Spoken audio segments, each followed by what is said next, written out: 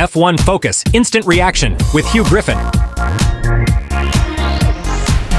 Instant reaction for sprint qualifying at the Chinese Grand Prix, and Lewis Hamilton, the greatest driver of all time, has nailed pole position for the first time in Ferrari, the greatest team of all time. He has dominated at the track that he has dominated ever since he joined the sport back in 2007, and I'm absolutely delighted. Now you're going to believe us. We run this town. Lewis Hamilton fans, Ferrari fans, this is our sport. You're playing with our ball. We've known it since January last year, and now you're starting to learn it, but you're learning it the hard way.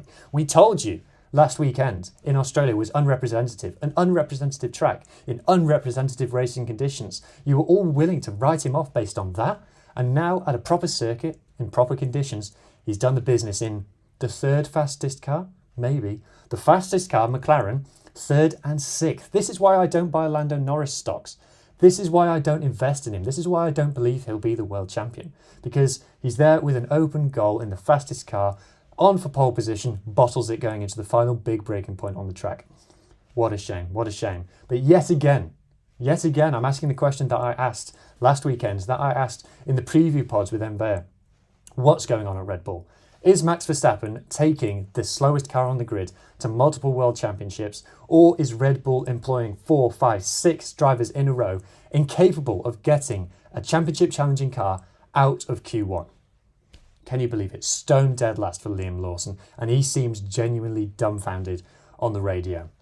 One day we'll find out what's really going on. One day someone will write it in a book. We'll just have to wait for that day to come along.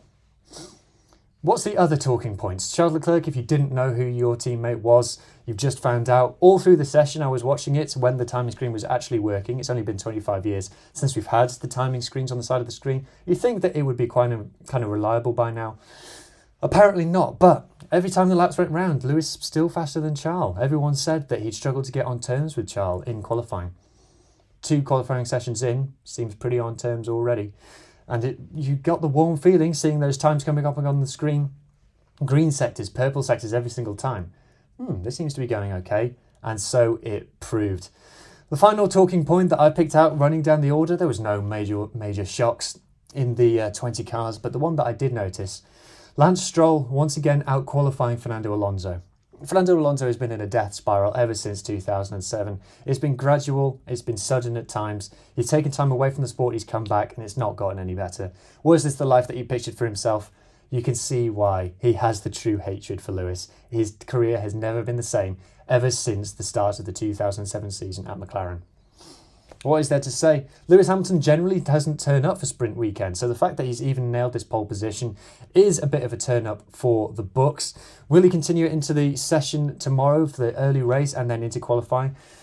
It remains to be seen. He still says that he's never done a race simulation in Ferrari, so we all have a lot to learn. I think the McLaren is the fastest car, but Lando has got a lot of work to do to get back from 6th. Piastri should be the favourite. Maybe even Verstappen is a favourite ahead of Lewis based on the race pace that we've seen so far, but never write the goat off, and I will be delighted if he does deliver it. So I'll see you after the race on Sunday for my instant reaction then. Cheers. F1 Focus Instant Reaction with Huw Griffin.